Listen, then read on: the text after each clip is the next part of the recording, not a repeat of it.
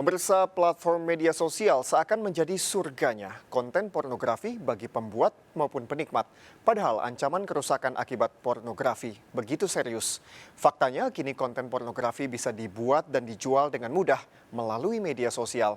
Lalu mengapa peredaran konten pornografi melalui media sosial sulit dibendung? Berikut apa kata fakta bersama Raisa Nadia.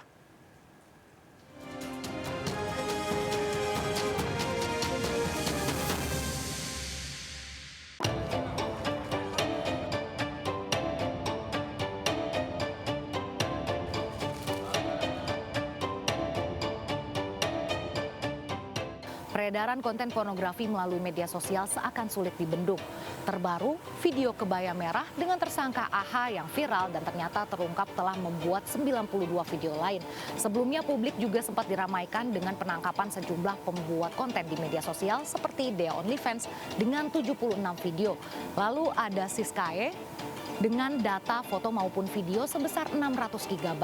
Serta ada Caca asal Garut yang menjual video dirinya seharga Rp300.000.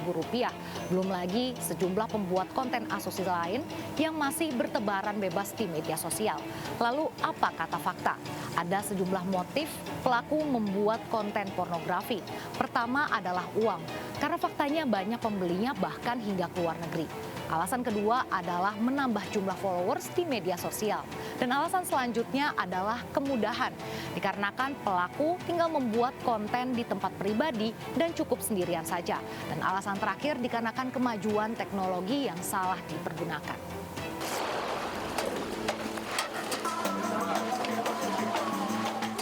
Kini dalam kasus kebaya merah, polisi telah menetapkan satu tersangka baru, yakni CZ, mahasiswi kelahiran Denpasar yang ternyata terlibat dalam 33 video.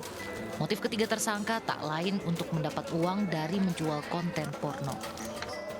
Meminta kepada tersangka ACH dan AH untuk membuat konten video porno dengan tema resepsionis hotel dengan dibayar sejumlah Rp750.000.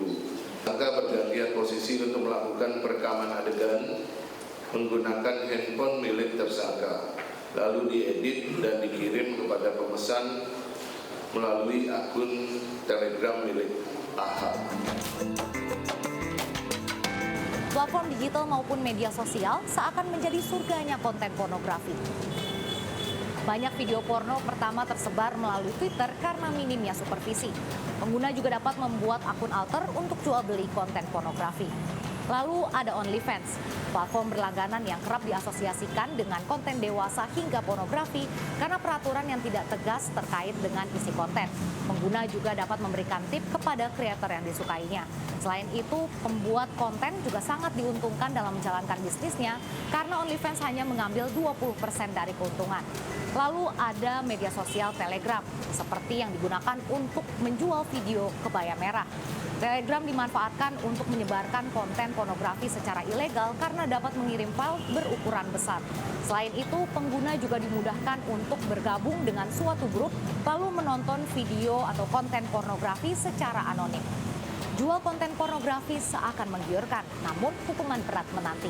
Di Indonesia, penyebaran konten pornografi diatur dalam Pasal 4 Ayat 1 Undang-Undang Pornografi, di mana pasal tersebut melarang orang untuk memproduksi, memperbanyak, memperjualbelikan, dan menyediakan konten pornografi dengan ancaman hukuman 12 tahun penjara dan denda 6 miliar rupiah. Selain itu, ada Pasal 27 Ayat 1 Undang-Undang ITE, di mana mereka yang mendistribusikan dokumen elektronik melalui media elektronik atau juga membuatnya dapat diakses, maka terancam hukuman 6 tahun penjara dan denda 1 miliar rupiah. Dalam kasus kebaya merah, kedua tersangka dijerat kedua pasal ini. Lalu bagaimana dengan wanita yang menjadi korban revenge porn atau konten pribadinya secara sepihak direkam ataupun disebarkan tanpa izin? Maka wanita tersebut adalah korban. Dan bagi Anda yang menyimpan video atau konten pornografi untuk tujuan atau kepentingan pribadi, maka tidak akan dipidana selama tidak disebarkan. Seperti dalam kasus Dea OnlyFans, komika Marcel sebagai pemborong 76 video tak dijerat pidana karena hanya untuk koleksi pribadi. Bahaya pornografi tidak hanya soal ancaman pidana, Pornografi juga berpotensi dapat membuat kecanduan layaknya kecanduan narkoba. Selain itu juga membuat fungsi otak menurun, di mana pornografi mengganggu emosi, pemusatan perhatian, kecerdasan, dan pengambilan keputusan.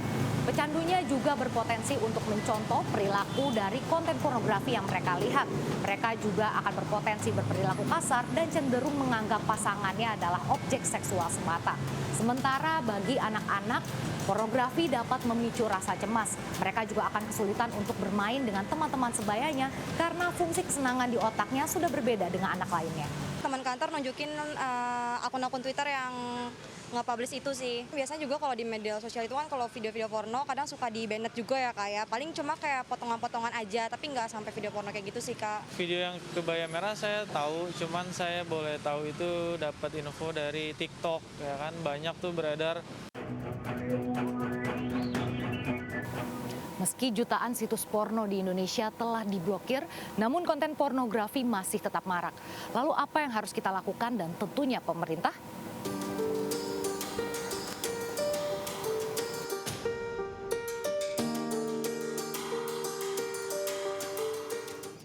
Cukup banyak ya konten pornografi yang tersebar baik itu di platform digital maupun di media sosial juga. Itu apa sih yang menyebabkan hal tersebut? Sederhana, data global menunjukkan memang ketika pandemi 2020 di mana semua orang mendadak digital, maka kehidupan yang tadinya ada di dunia offline kemudian beralih ke dunia online. Ini yang kemudian juga diikuti dengan perpindahan berbagai aktivitas offline termasuk aktivitas bawah tanah seperti produksi konten-konten negatif termasuk pornografi. Nah, pornografi ini untuk sebagian orang dianggap menjadi bagian dari rekreasi yang murah dan mudah. Kenapa murah? Karena di sebagian besar negara lain pornografi adalah sesuatu yang sah-sah saja.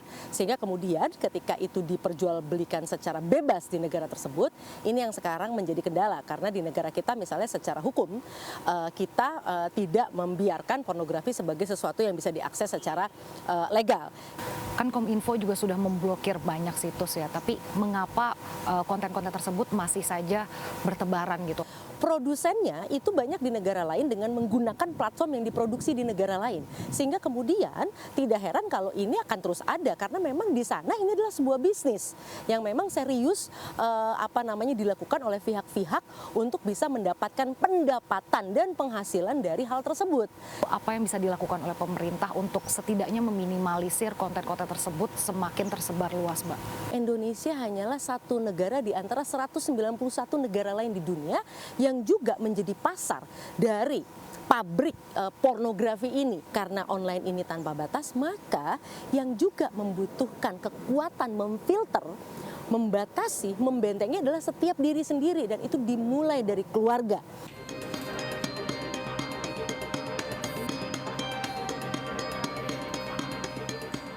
Pornografi sudah dinobatkan sebagai raja konten negatif di Indonesia. Regulasi yang buruk membuat internet termasuk media sosial tercemari konten pornografi yang jelas berbahaya. Satu lagi, ketahanan moralitas diperlukan bagi para pembuat maupun para penikmat. Saya, Raisa Nadia, bersama juru kamera Indra Purnama. Sampai jumpa di Apa Kata Fakta selanjutnya.